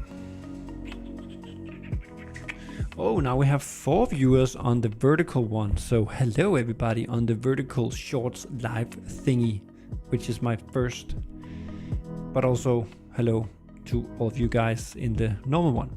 Oh, new subscriber. Oh, and that also shows up on the vertical one. Cool. Now I didn't see the name. Damn it. Fernando something. I missed. Do I have a doc where I can see that? Nope, I don't. Nope. I have some other no, that's the Twitch integration where I can see that. But thank you for subscribing. Okay, let's get back. This is kind of exciting if this works. So let's try it out. Also, you guys on the short, now we have 6 viewers on the short, on this vertical live thingy. Pretty cool. Let me know in the chat in the vertical one what you think about the layout here, because as you can see, it's not perfect for showing, you know, a normal screen. So what I'm trying to do is I'm trying to zoom in as much as I can on stuff when I need to show something, and then you can see I have this in the background, which is basically the same view, but just, you know, darken a little.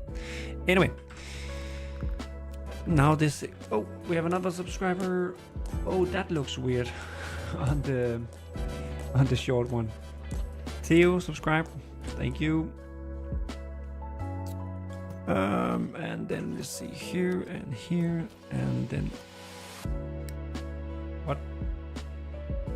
what was that? Wasn't there a weird sound? Okay, so we put it in here, and maybe we should, let's just delete this one so we can get back to actually seeing.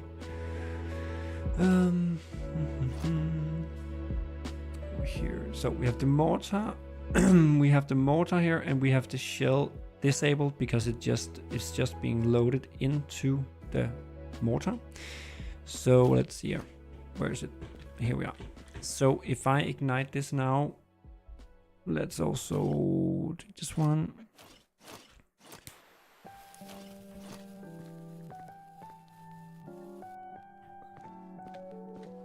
mortar. Okay, so mortar fuse completed. And it actually went out, but it's just laying right there. So I most likely cannot put, there's some other stuff, but I know why. That's something I can fix. See, anyway, I can't put this one in because this one is already loaded. And you can see over here, okay, now it starts working.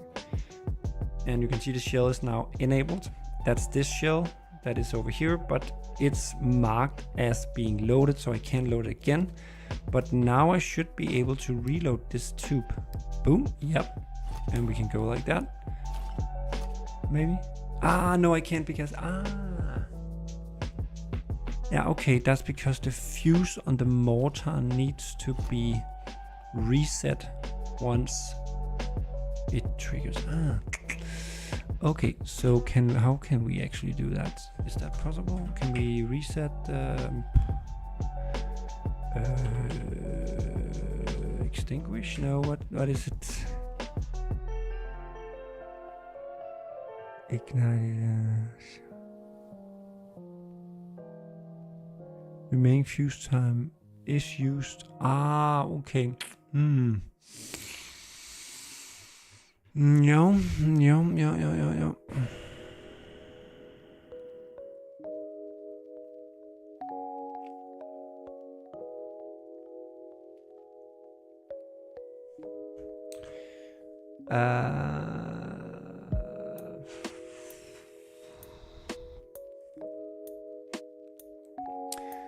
Okay, that's of course a problem.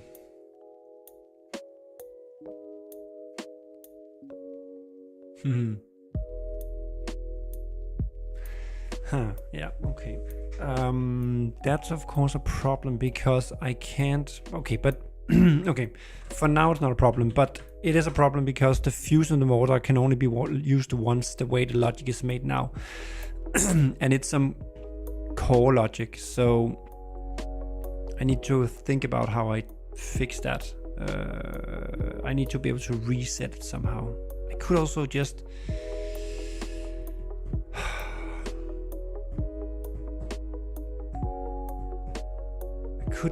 I could make a reset function method that could set back the is used is blah blah blah. Yeah, but we take that. That's not so important now. The important thing is that it actually works and it spawns, but it's not actually igniting. Which brings me to okay. Just for the we test something now. Test, or we can say launch from mortar. Like that, and we can make it async blah blah blah.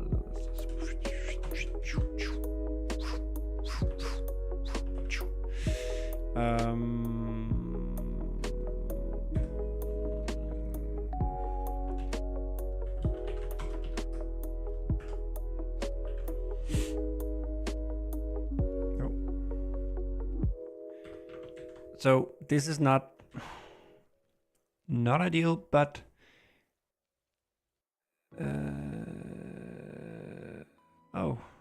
so like that. So now I have a launch from mortar. So when this completes blah blah blah, set to true blah blah blah, spawn, and then we can say I'm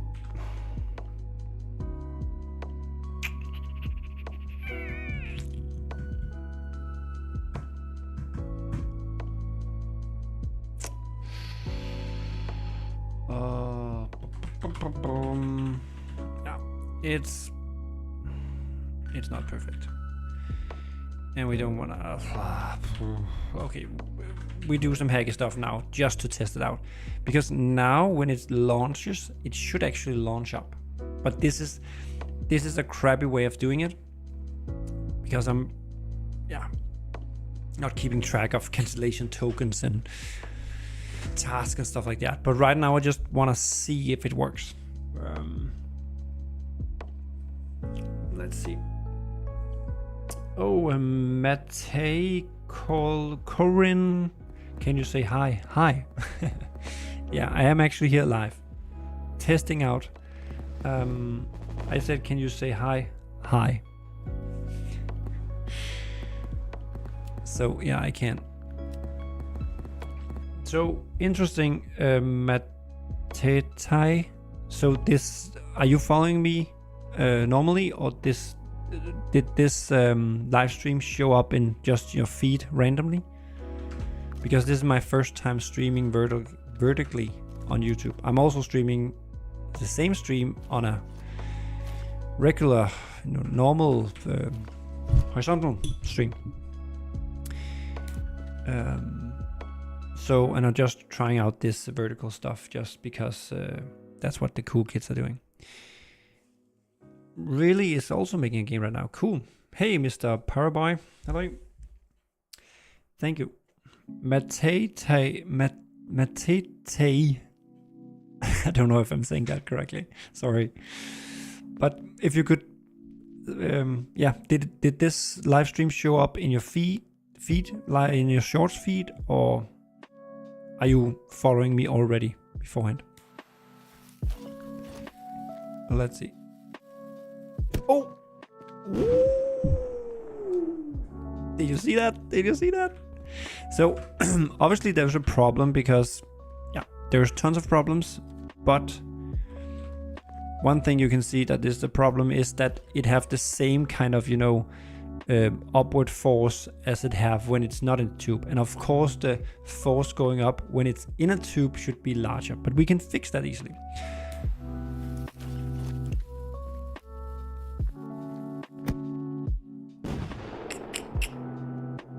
It's too small. Let's try again. And again, we should of course be able to reload, yada yada yada, all that. But I'll fix that. See? Okay.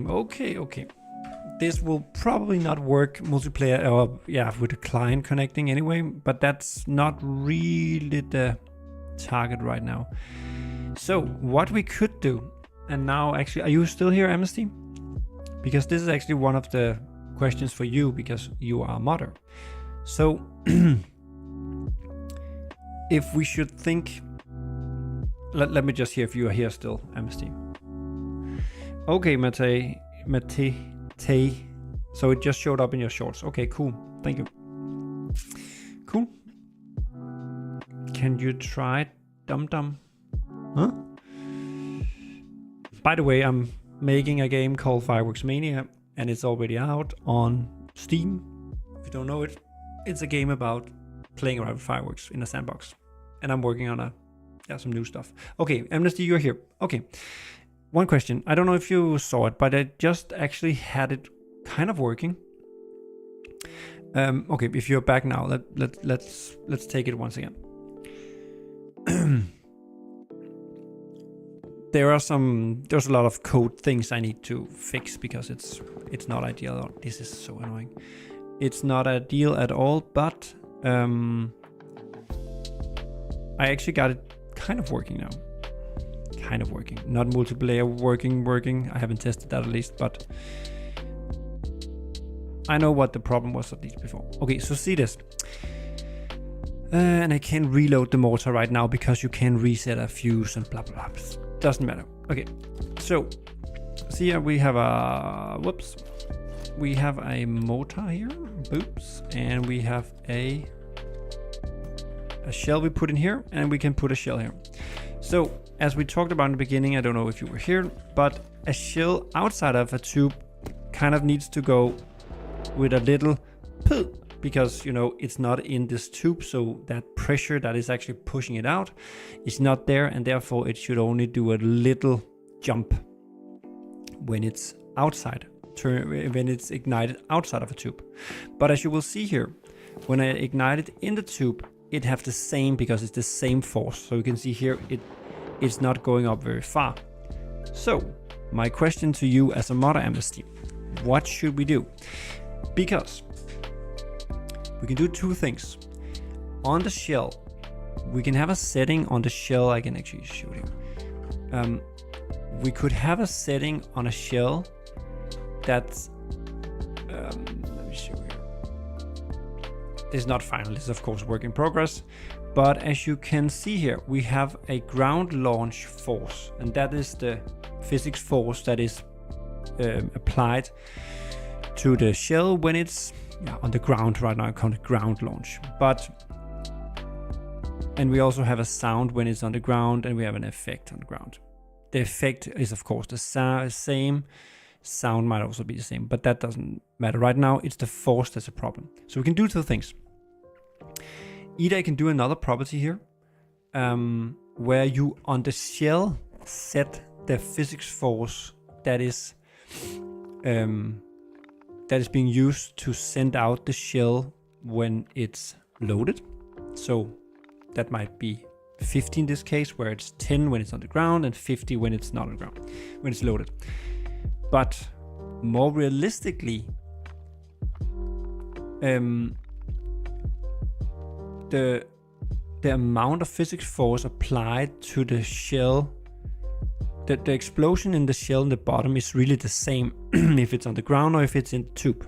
It's the same amount of force or explosion force, but it's amplified by being in a tube and being in this, closed chamber thing. So when it ignites, the pressure down there is pushing up the shell.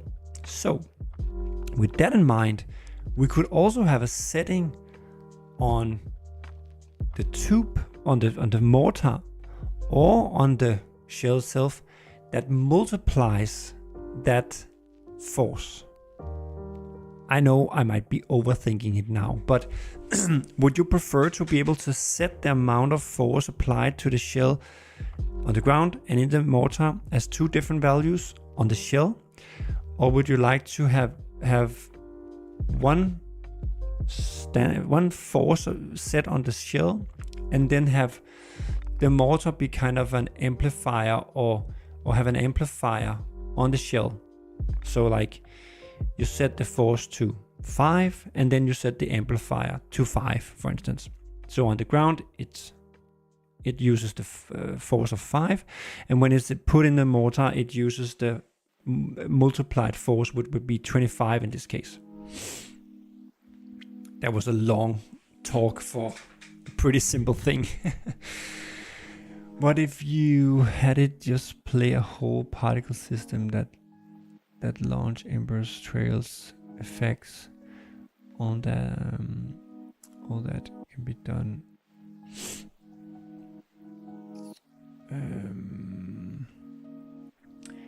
Yeah, we could also have that.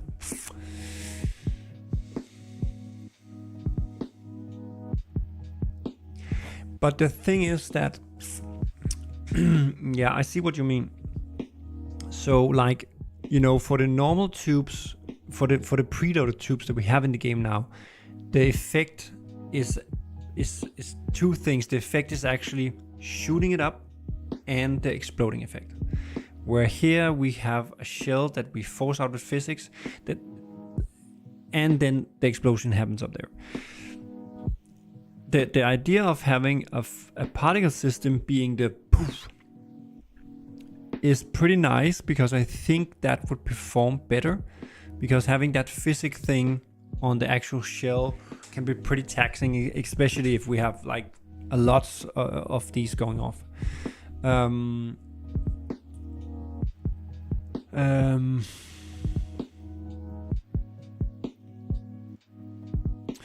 Yeah, it wouldn't have any force in the direction. Yeah, it would. On the ground, it basically just have a poof. So it's just like a tiny explosion effect at the position. And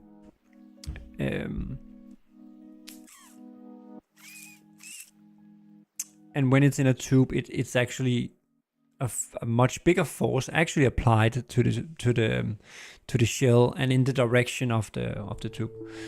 Or do you mean you are launching? I can see from that hard thing. Whole shell into there like a model and everything. Yeah, right now I'm launching the shell in the air. But as I just said, what I don't like about that approach, that is of course the most realistic approach, but performance-wise, that might not be the best thing actually.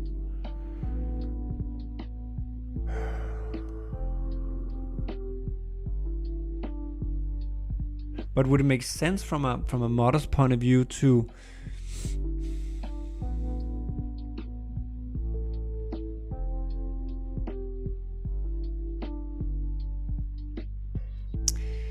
have to do both the launch particle effect and the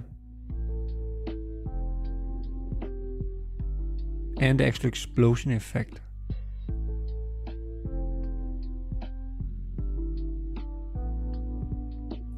Sorry, Matei. The game is called Fireworks Mania. By the way, I was way too slow on answering that one. I'll just put it in the chat here, in the vertical one.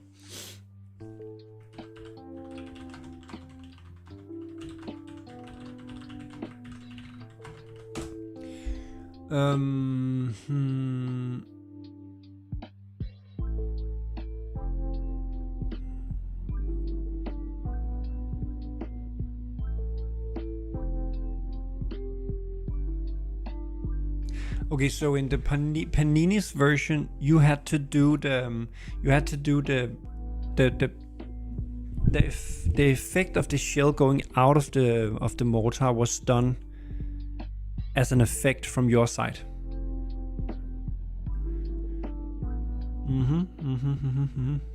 That makes sense. So you do the shell, you do the fuse thing, and then you do. So you. Did you do two effects for a shell in the modded version? Like what's it called? What is it called? That effect. You know, the effect of it shooting out of the tube, and then the actual explosion, the real effect.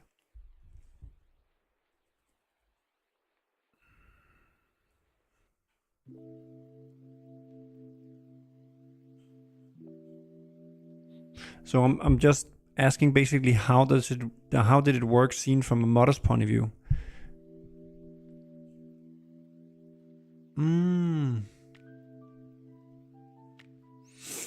Okay. So when you are doing a shell, when you're doing a shell in the current version, you have two effects. You have a launch effect. Launch effect. And you have an explosion effect, basically.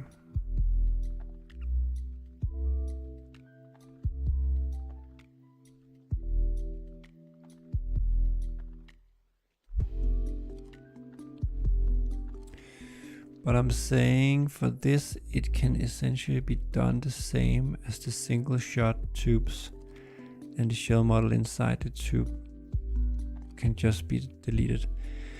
Yeah, all that about being in inside and deleted and all that, I've figured out because I can't do the same. But I think Panini just parented that game object, the shell object, into the mortar. But I can't do that, so I need to figure out another way of doing it.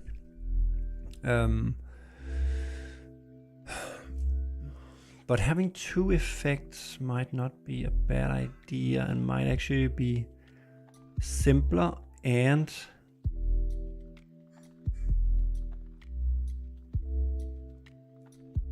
more performant, really. And I guess in as a modder, you can have two prefabs. One of the prefab is the launch prefab, which basically just shoots out an emitter, which is an instance that sub emitter is just the other prefab, really, right? Can you do it that way to kind of reuse? So the explosion effect can either be triggered on ground, you know, when it's not inserted into a tube. It can just play the explosion effect, basically.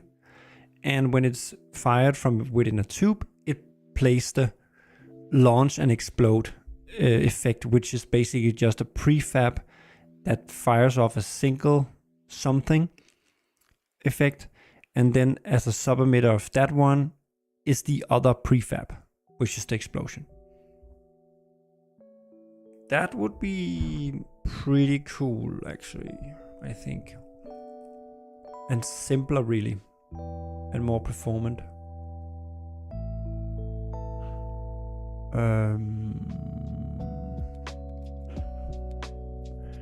Hello, Taxi. Yeah, I think I will stop the stream in a moment, but I will consider that because it's actually a bit smarter. Let me just do a to-do here. Launch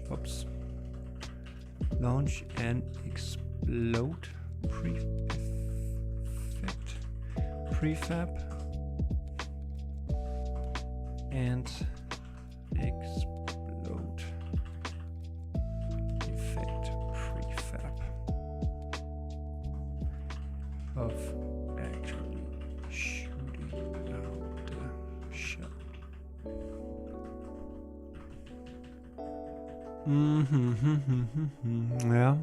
Yeah. Exactly, because this was just my first go-to, but I totally agree, Amnesty, because often you can't see that shell anyway. Typically it would just go out and you would just see kind of a trail of some, basically some sparks from the explosion, from the launch explosion that fires it off, if it was in real life. And in the game you would just see poof, go up. You would basically see the same as a preloaded tube as we have in the game right now, a single shot. If a bunch are used, make performance worse. Exactly, because all that physics will go crazy. Yeah. Yeah.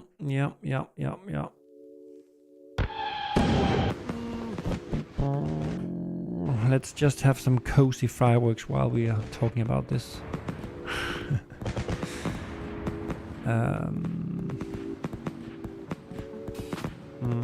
Yeah. Okay, I just noted that, Amnesty. And I think that's a really good point. And then also we don't have to worry about that force being applied, because that's just up to the creator. It also gives more possibilities, right? Because you can then have different launch effects if you want, and you can reuse some of the. I think we have a launch and something prefab, that does that spark thing. It's part of the mod tools, so you would obviously often use that as the in the beginning, and then have it go out from there.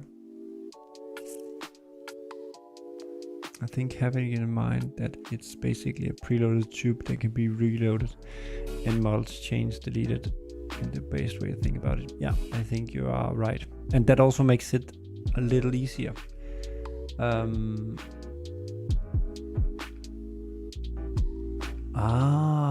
That makes it a lot easier, because then I can. So when you put a shell into a mortar, I don't actually need to keep a reference to that shell. I just need to know what entity it is, and that definition, entity definition for a shell, just have two effects. So I just need to keep track of that, so that when I need to launch that effect, I just need to instantiate the right one and fire that off. It's so much simpler.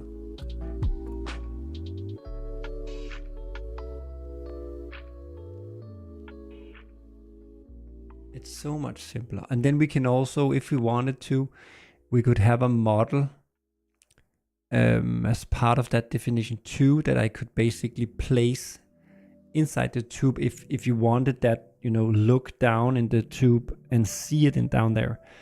We could have that, and we can have the same with the fuse as just a it's just a model with a fuse component on it, and I can spawn that at that location of the mortar too, and then it's all working. Not too bad. That's actually a good approach.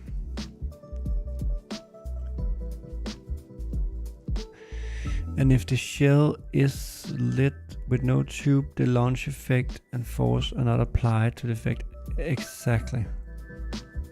Yeah, it's basically two effects. Like it's a launch and explode effect and an explode effect. Two prefabs. And yeah, it's two prefabs. And the launch and explode effect is basically just a prefab with a launch effect, and a sub-emitter of that effect is the other explode prefab. So it's the same, explosion effect. And then of course I can just play one of the other, instantiate and play one of the other, depending on what if it's loaded or not. And it's not like you can take out a shell once it's loaded, so it's just there. Yeah, okay. I can show you sometime this week how it works before in Unity project.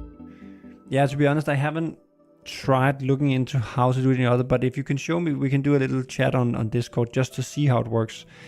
But I think I have a pretty good idea of now how to make it even simpler than I have it now. That's pretty good. Yeah, let's just do a call just in private. Yeah, sure.